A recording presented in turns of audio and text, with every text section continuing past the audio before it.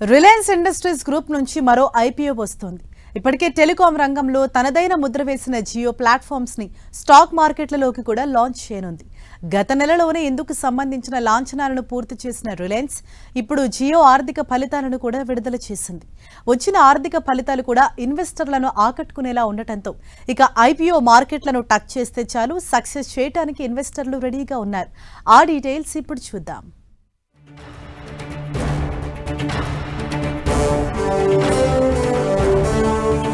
Reliance group నుంచి వస్తున్న మరో ఐపీఓ జియోతో రికార్డులు బద్దలవుతాయా? జియో ప్లాట్ఫామ్స్ ఐపీఓతో సిరులు కురుస్తాయా? అప్లై చేయాలా వద్దా?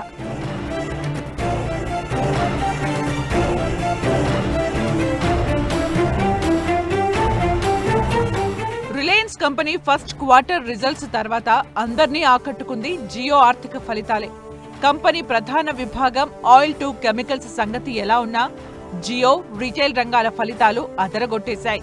జియో ప్లాట్ఫామ్స్ కార్యకలాపాల ద్వారా వచ్చే ఆదాయం గతేడాదితో పోలిస్తే 11.8% పెరిగి 39,173 కోట్లకు చేరగా లాభం 9.2% పెరిగి 7,764 కోట్లకు చేరింది. యావరేజ్ రెవెన్యూ పర్ యూజర్ అంటే ప్రతి వినియోగదారుడిపై వచ్చే సగటు ఆదాయం 208.8 పైసల నుండి 215.60 పైసలకు చేరింది. ఈ నెంబర్లు జియో ఐపీఓపై మంచి ప్రభావం చూపనున్నాయి.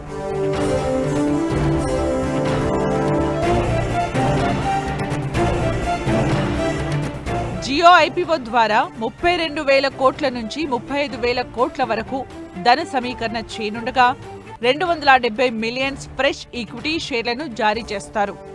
ఇందులో 27,500 కోట్లను తనకి ఉన్న అప్పును తీర్చేందుకు వినియోగించనున్నట్లు ప్రకటించారు. ఈ ఐపీఓ ఎప్పుడు మార్కెట్లను పలకరించేది ఖచ్చితంగా తెలియకపోయినా జూన్ 19న సెబీ దగ్గర తన డ్రాఫ్ట్ పత్రాల్ని సమర్పించింది కాబట్టి జూలై పూర్తయ్యేలోపే లిస్టింగ్కి రావచ్చనేది ఓ అంచనా. ఎందుకంటే రిలయన్స్ అధినేత ముఖేష్ అంబానీ జియోని 2026 సెకండ్ హాఫ్లో లాంచ్ చేస్తామన్నారు. దానికి తగినట్లుగానే జూన్ నెలలోనే draft red herring prospectus submit చేశారు కాబట్టి ఇంకో 10 రోజుల్లో ఇందుకు సంబంధించిన ప్రకటన వస్తుందంటున్నారు. ఇక ప్రస్తుతానికి ఉన్న టాక్ ని బట్టి జియోకి ఇన్వెస్టర్ల నుంచి మంచి స్పందనే రావచ్చంటున్నారు.